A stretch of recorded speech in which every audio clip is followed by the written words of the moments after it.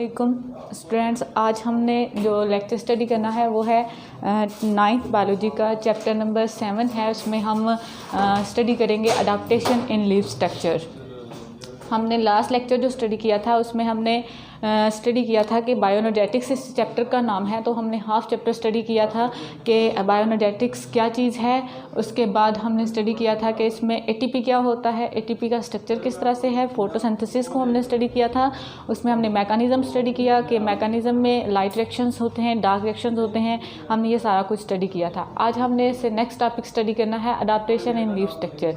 कि हमने अगर फोटोसिंथेसिस को स्टडी किया तो हम कहते हैं कि उसमें हमने लास्ट टाइम स्टूडेंट्स ये भी चेक किया था कि role of chlorophyll and light limiting factor भी हमने चेक किए थे।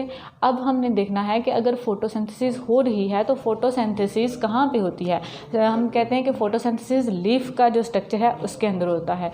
क्योंकि हम लीफ के अंदर स्पेशलाइज किस्म के स्ट्रक्चर डेवलप हुए होते हैं जिसकी वजह से जो कि फेवरेबल होते हैं फोटोसिंथेसिस करवाने के लिए। अब हमने वो स्ट्रक्चर्स देखने हैं कि लीफ का स्ट्रक्चर कैसे फेवरेबल है फोटोसिंथेसिस करवाने के लिए, कि लीफ के अंदर कौन से स्ट्रक्चर ऐसे डेवलप होते हैं जिनकी वजह से फोटोसिंथेसिस होती है। तो हम ये इसमें कुछ पॉइंट्स देखते हैं कि अडाप्टेशन इन लीफ स्ट्रक्चर में, कि सबसे पहले हम कहते हैं कि लीफ का ही स्ट्रक्चर है ऐसा जो कि फेवरेबल है फोटोसिंथेसिस के लिए। हम इसमें कह सकते हैं कि leaf structure is suitable for photosynthesis,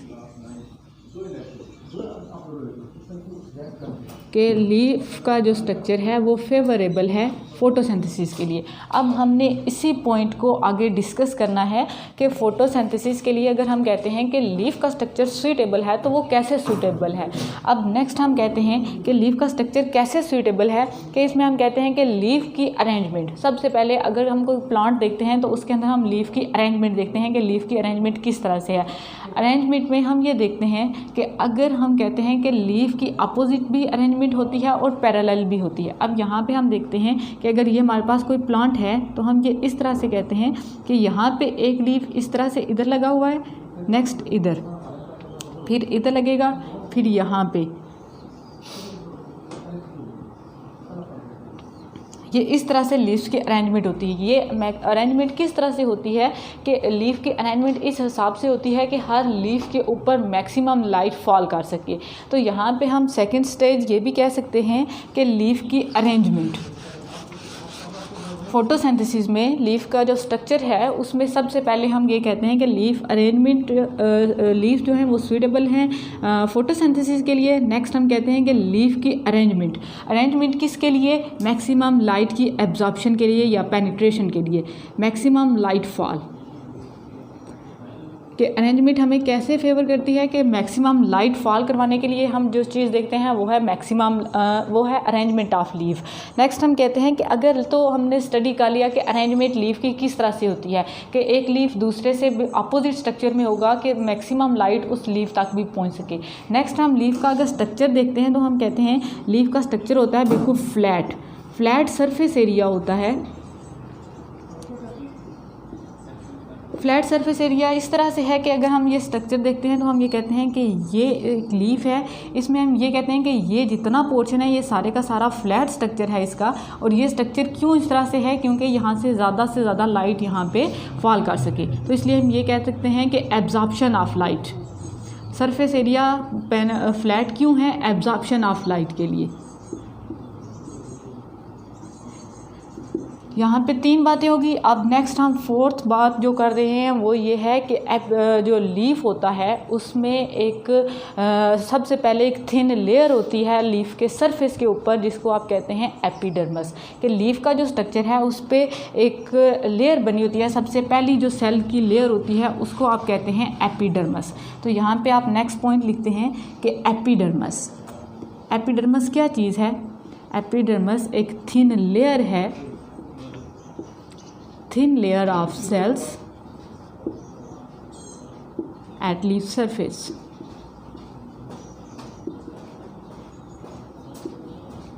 epidermis present होती है। अब नेक्स्ट जो बात हम कहते हैं वो है कि एपिडर्मिस जो है ये एक थिन लेयर है।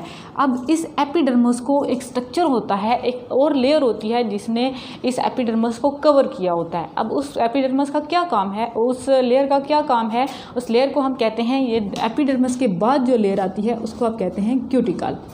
यहाँ पे क्यूटिकल प्रेजेंट होती है। ये क्यूटिकल क्या चीज़ है, क्यूटिकल एक वैक्सी लेयर है। अब इस वैक्सी लेयर का क्या काम है, इस वैक्सी लेयर का काम ये है कि इसने, ये एक वैक्सी लेयर है, ये क्या करेगी, लाइट की पेनिट्रेशन होने देती है, लाइट फॉल कर सकती है, लेकिन ये ब्लॉक करती है एवेपोरेशन को,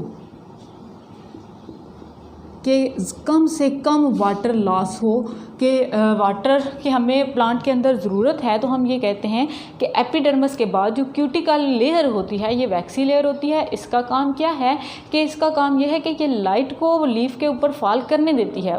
लीफ के अंदर लाइट की एब्जॉर्प्शन हो रही है, लेकिन ये रिवर्स में क्या करती है, ये एवेपोरेशन को कम से कम करती है। अब अगला पॉइंट ये है कि हम कहते हैं कि इसमें एपिडर्मिस का स्ट्रक्चर अगर हम देख रहे हैं तो एपिडर्मिस के अंदर छोटे छोटे पोर्स होते हैं जिनको हम कहते हैं स्टोमेटा। यहाँ पे अगर हम नेक्स्ट बात कहते हैं तो हम कहते हैं कि स्टोमेटा प्रेजेंट होते हैं। स्टोमेटा क्या चीज़ है, स्टोमेटा टिनी पोर्स होते हैं जिनकी वजह से क्या होता है, एक्सचेंज ऑफ गैसेस होता है, एक्सचेंज ऑफ गैसेस। अब ये एक्सचेंज ऑफ गैसेस किस किस के दरमियान होता है, लीफ के दरमियान और इन्वायरमेंट के दरमियान एक्सचेंज ऑफ गैसेस होता है। किसकी वजह से, स्टोमेटा की वजह से। अगर हम यहाँ पे लीफ का स्ट्रक्चर ड्रा करें कि लीफ का स्ट्रक्चर किस तरह से होता है, तो हमें मज़ीद इसमें से समझ आ जाएगी कि लीफ का स्ट्रक्चर, ये हम जो एपिडर्मिस की बात कर रहे हैं या हम क्यूटिकल की बात कर रहे हैं, ये स्ट्रक्चर हमें समझ आ जाएंगे। यहाँ पर हम स्ट्रक्चर ड्रा करते हैं।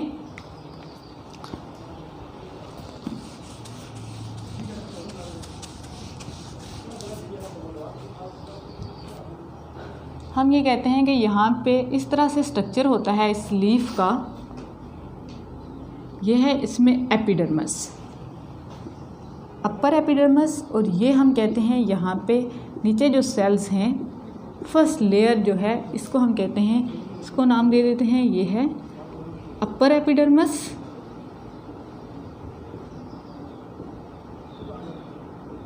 इसको आप नाम दे देते हैं, ये है आपके पास लोअर एपिडर्मिस। सिंस कि हम लीफ अडाप्टेशन में लीफ का स्ट्रक्चर देख रहे हैं कि लीफ का स्ट्रक्चर किस तरह से होता है। अब नेक्स्ट जो अगली चीज़ है वो हम कहते हैं कि यहाँ पे एपिडर्मिस के नीचे, यहाँ पे हम कहते हैं कि एक इस तरह से एक लेयर बनी होती है,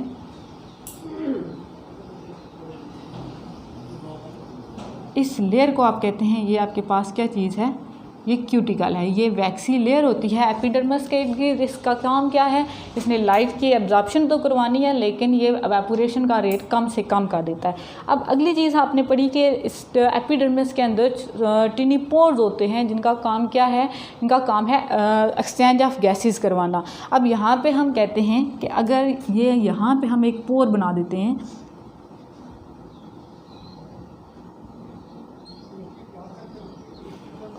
इसी तरह हम यहाँ पे एक पोर बना देते हैं, ये जो चीज़ है इसको हम नाम दे देते हैं, ये है स्टोमेटा। इसका काम क्या है, ये हमने पीछे देखा, स्टोमेटा का काम है एक्सचेंज ऑफ गैसेस करवाना। स्टोमेटा किधर होते हैं, एपिडर्मिस की जो लेयर होती है उसमें छोटे छोटे पोर्स होते हैं जिनका काम क्या है, एक्सचेंज ऑफ गैसेस करवाना। अब नेक्स्ट जो चीज़ है वो है हमारे पास कि लीफ के अंदर स्पेशलाइज्ड किस्म के सेल्स होते हैं जिनको आप कहते हैं कि ये कौन से सेल्स हैं, ये मीज़ोफिल सेल्स हैं। अब मीज़ोफिल सेल्स क्या करते हैं, मीज़ोफिल सेल्स जो हैं ये हमारे पास, हमने पीछे जब फोटोसिंथेसिस का टॉपिक पढ़ा था तब हमने कहा था कि फोटोसिंथेसिस कहाँ पे होती है, फोटोसिंथेसिस मीज़ोफिल सेल्स के अंदर होती है। अब हम कहते हैं कि लीफ के अंदर क्या होता है, मीज़ोफिल सेल्स होते हैं जिनका काम क्या है, जिनके अंदर बेशुमार क्लोरोप्लास्ट होते हैं। अब यहाँ पे जो नेक्स्ट पॉइंट हम लिखते हैं वो है कि हमारे पास लीफ के अंदर कौन सी चीज़ प्रेजेंट है, मीज़ोफिल सेल्स प्रेजेंट है। Mesophyll cells present. ये मेसोफिल सेल्स कहाँ पे प्रेजेंट हैं? ये लीफ के स्ट्रक्चर के अंदर मेसोफिल सेल्स प्रेजेंट हैं। हम लीफ का स्ट्रक्चर पढ़ रहे हैं कि लीफ का स्ट्रक्चर कैसे फेवरेबल है फोटोसिंथेसिस के लिए। अब हमने पीछे जब फोटोसिंथेसिस का टॉपिक पढ़ा था तो हमने कहा था कि मेसोफिल सेल्स होते हैं, मेसोफिल सेल्स के अंदर फोटोसिंथेसिस होती है। तो हम ये देख रहे हैं कि लीफ के स्ट्रक्चर के अंदर मेसोफिल सेल्स हम पढ़ रहे हैं, इसका मतलब मेसोफिल सेल्स इंपॉर्टेंट हैं, यही फेवरेबल हैं कि हम फोटोसिंथेसिस करवा सकते हैं। अब अगली चीज़ जो है, हम कहते हैं कि इस मेसोफिल सेल के अंदर कौन सी चीज़ प्रेजेंट होती है? इस मेसोफिल सेल के अंदर क्लोरोप्लास्ट होता है। तो क्लोरोप्लास्ट होने का क्या मतलब है कि जितना भी फोटोसिंथेसिस के रिएक्शंस हैं वो सब के सब कहाँ पे होंगे? वो इन मेसोफिल सेल्स के अंदर होंगे, इसलिए मेसोफिल सेल्स इंपॉर्टेंट है। अब अगली जो चीज़ है वो हम कहते हैं कि मेसोफिल सेल्स दो तरह के होते हैं। लीफ के स्ट्रक्चर के अंदर दो तरह के मेसोफिल सेल्स प्रेजेंट होते हैं, लेयर बनी हुई होती है। एक होते हैं कम्पैक्ट मेसोफिल सेल, दो तरह से होते हैं। एक मेसोफिल सेल की जो लेयर है वो होती है कम्पैक्ट लेयर होती है, और दूसरी को हम कहते हैं स्पॉन्जी लेयर। जो सेल्स कॉम्पैक्ट फॉर्म में होते हैं उनको हम कहते हैं, ये कौन सी मेसोफिल सेल्स हैं? ये पैलिसेड मेसोफिल सेल्स हैं। जो cells mesophyll cells sponge form में होते हैं उनको आप कहते हैं spongy mesophyll cells, spongy mesophyll cells. अब अगर हम स्ट्रक्चर में देखें, लीफ के स्ट्रक्चर में, तो हम कम्पैक्ट और स्पॉन्जी सेल्स को कैसे बनाते हैं? हम ये इस तरह से बनाते हैं कि ये वाले जो सेल्स हैं एक दूसरे के साथ धंसे हुए हैं, अटैच फॉर्म में हैं। ये जो सेल्स हैं इनको हम नाम दे देते हैं, ये हैं हमारे पास कम्पैक्ट सेल्स। ये हैं हमारे पास कौन से सेल्स हैं? Compact cell. इसी तरह अगर हम स्पॉन्जी सेल्स बनाते हैं तो हम ये इस तरह से बनाते हैं, ये स्पॉन्जी सेल्स हैं। इनके दरमियान गैप होगा, ये एक दूसरे के साथ अटैच नहीं होते, ये स्पंज फॉर्म में होते हैं। ये जो सेल्स हैं इनको आप कहते हैं, ये कौन से सेल्स हैं? ये स्पॉन्जी मेसोफिल सेल्स हैं। फ्रेंड्स, हमारे पास लीफ का जो स्ट्रक्चर होता है उसमें कौन सी चीज़ प्रेजेंट है? उसमें मेसोफिल सेल्स प्रेजेंट होते हैं। मेसोफिल सेल्स के अंदर क्लोरोप्लास्ट प्रेजेंट है। क्लोरोप्लास्ट का क्या मतलब है? कि वहाँ पे फोटोसिंथेसिस हो रही है। अब मेसोफिल सेल दो तरह के होते हैं, एक होता है कम्पैक्ट मेसोफिल सेल, दूसरा होता है स्पॉन्जी। जो कम्पैक्ट फॉर्म में है, एक दूसरे के साथ अटैच हैं, धंसे हुए हैं, उनको आप कहते हैं कि ये कौन से मेसोफिल सेल्स हैं? ये पैलिसेड मेसोफिल सेल्स हैं। और जो स्पंज की फॉर्म में है उनको आप कहते हैं, ये कौन से हैं? स्पॉन्जी मेसोफिल सेल्स हैं।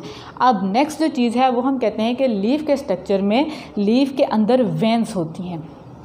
उन वेन्स का क्या काम है कि लीफ के अंदर, अब जो लास्ट चीज़ है वो हम ये कहते हैं कि लीफ के स्ट्रक्चर के अंदर वेन्स प्रेजेंट होती हैं। इन वेन्स के अंदर जो वेन्स हैं ये बनी हुई होती हैं दो तरह के सेल से।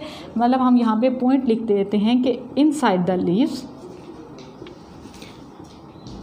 inside the leaves veins are present। अब ये जो वेन्स हैं ये किससे बनी होती हैं? दो तरह के सेल्स होते हैं, एक होते हैं जाइलम सेल्स, ये टिश्यूज़ होते हैं जाइलम टिश्यूज़, और दूसरे को हम कहते हैं फ्लोएम टिश्यूज़। अब लीफ के स्ट्रक्चर के अंदर ये दो तरह के टिश्यूज़ होते हैं, इनका काम क्या है? जाइलम टिश्यूज़ का क्या काम ये है कि इन्होंने करना है transport of water. Xylem tissues का क्या काम है कि जाइलम टिश्यूज़ ने वाटर की ट्रांसपोर्ट करवानी है। नेक्स्ट है हमारे पास फ्लोएम टिश्यूज़। फ्लोएम टिश्यूज़ का क्या काम है कि इन्होंने करनी है फूड की ट्रांसपोर्ट।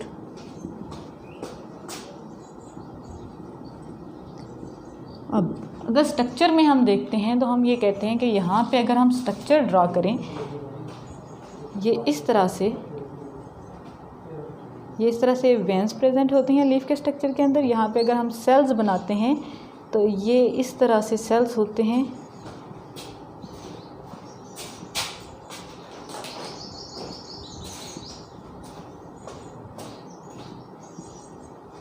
इस तरह से सेल्स होंगे लीफ के स्ट्रक्चर के अंदर, जिनको हम ये कहते हैं कि ये लेयर्स बनी हुई हैं। इन लेयर्स में यहाँ पे जो सेल हैं इनको आप कहते हैं, ये है हमारे पास फ्लोएम टिश्यूज़, और ये जो टिश्यूज़ हैं इनको आप कहते हैं ये हैं जाइलम टिश्यूज़। यहाँ पे अडाप्टेशन ऑफ लीफ स्ट्रक्चर आपने आज पढ़ा है कि अडाप्टेशन ऑफ लीफ स्ट्रक्चर में क्या है कि आपके पास लीफ का स्ट्रक्चर इस तरह से है कि इसमें स्पेशलाइज्ड किस्म के स्ट्रक्चर्स प्रेजेंट होते हैं। इसमें एपिडर्मिस है, क्यूटिकल है, स्टोमेटा होते हैं, मेसोफिल सेल्स होते हैं, पैलिसेड मेसोफिल्स हैं, स्पॉन्जी मेसोफिल्स हैं, और लास्ट में हमने ये पढ़ा है कि इसके अंदर टिश्यूज़ होते हैं, जाइलम टिश्यूज़ होते हैं और फ्लोएम टिश्यूज़ होते हैं। जाइलम टिश्यूज़ का काम है कि ये ट्रांसपोर्ट करवाते हैं वाटर की, और फ्लोएम टिश्यूज़ का काम है ये है कि ये फूड की ट्रांसपोर्ट करवाते हैं। कहाँ से कराते हैं? From leaf to the other part of plant. यहाँ तक क्लियर है। नेक्स्ट अगला जो टॉपिक है हमारे पास वो है कि ट्रांसपीरेशन, रेस्पिरेशन। हमने जब ये चैप्टर स्टार्ट किया था बायो एनर्जेटिक्स, तो हमने ये कहा था कि इस चैप्टर के हमारे पास दो पोर्शन हैं। एक है हमारे पास फोटोसिंथेसिस, दूसरा है हमारे पास रेस्पिरेशन। फोटोसिंथेसिस हमने पढ़ लिया कि फोटोसिंथेसिस किस तरह से होती है। अब फोटोसिंथेसिस के रिवर्स में जो प्रोसेस आता है उसको आप कहते हैं रेस्पिरेशन।